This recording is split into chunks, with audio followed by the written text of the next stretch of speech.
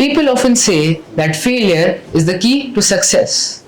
And if that's true, then I must really be a genius by now. Seriously, I failed enough times to fill an entire library of how not to books. But the thing is, those failures, they're not setbacks, they're stepping stones in disguise. We often see successful people at the top, always winning, celebrated, and unstoppable. But what we don't see is the heartbreak and struggle that they go through. Take Mahendra Singh Dhoni as an example. Before becoming India's most successful cricket player, he was a ticket collector at Kharagpur railway station. Just visualize this. While all your friends chase their dreams, you are sitting at a railway platform and collecting tickets from people, wondering if you would ever be able to wear the blue jersey.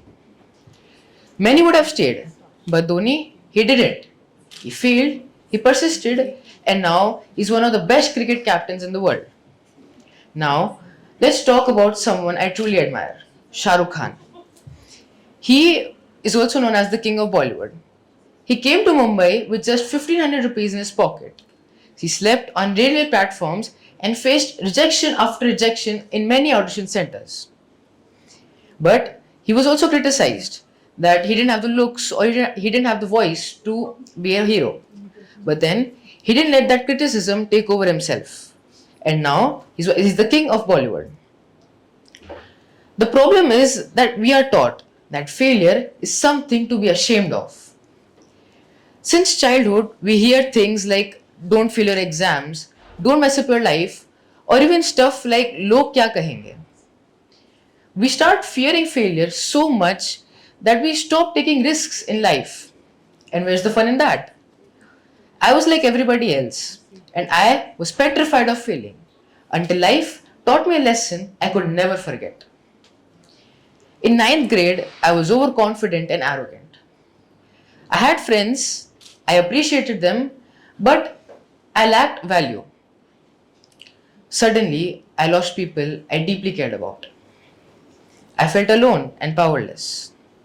My grades, they had taken a hit. My confidence was shattered. At first, I pretended that everything was fine, but deep down, I knew I wasn't. I felt empty, and I didn't feel like doing anything. That is when anxiety truly kicked in.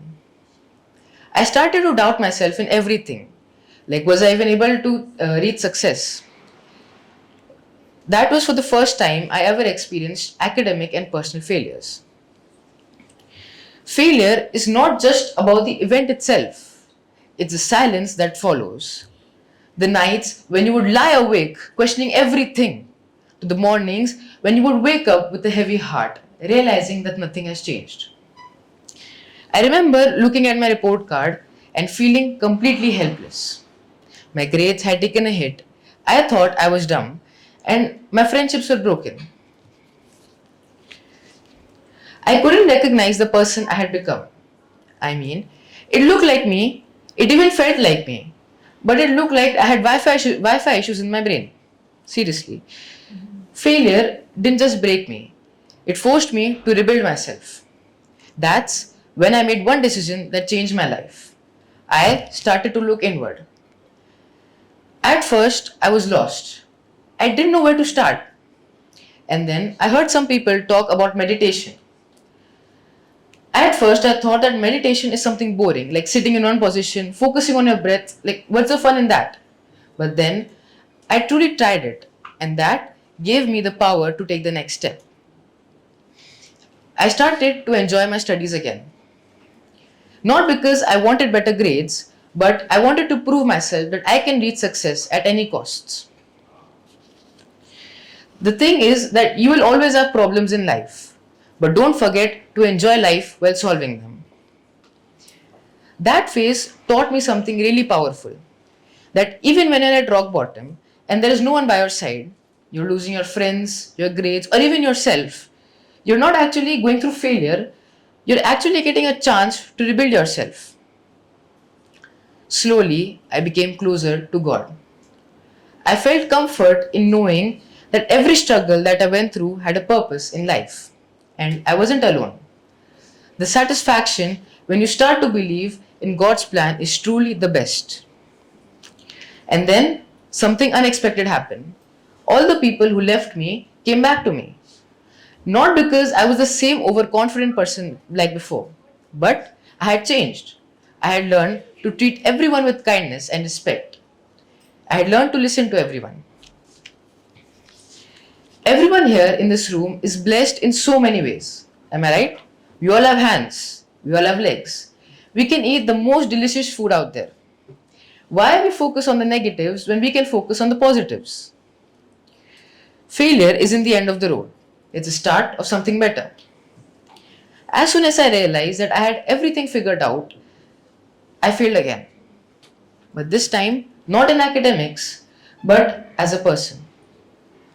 I said something really horrible to a girl. And it wasn't just a normal slip up, it was that moment where you see yourself from the outside. And I felt disgusted on what I saw. That's when I realized that true success lies in being the greatest human being of all time. And to be a true champion in life, you have to be what most people aren't. You have to be consistent, determined, and willing to work for it. If you're not a great, you can be the brightest student in the room, but if you lack in kindness and respect, you're not actually successful. We all think failure as something bad, right? But what if failure is life's way of redirecting us? There's a quote said by Winston Churchill: success is not final, failure is not fatal. It's the courage that continues to count. Whenever you feel demotivated or too lazy to work, just remember one thing. Whatever you do, you go hard. When people doubt you, you definitely go hard. And when you have fallen down, you go hard. That pain is going to make you grow and make you a better person. Now, when I look back at those failures, I don't feel ashamed or I don't feel disrespected. I feel that those failures have shaped me into a better person, a better student, and a better human being overall. If you're going through failure right now, just remember one thing. Failures don't define you, but how you rise from them does. Thank you.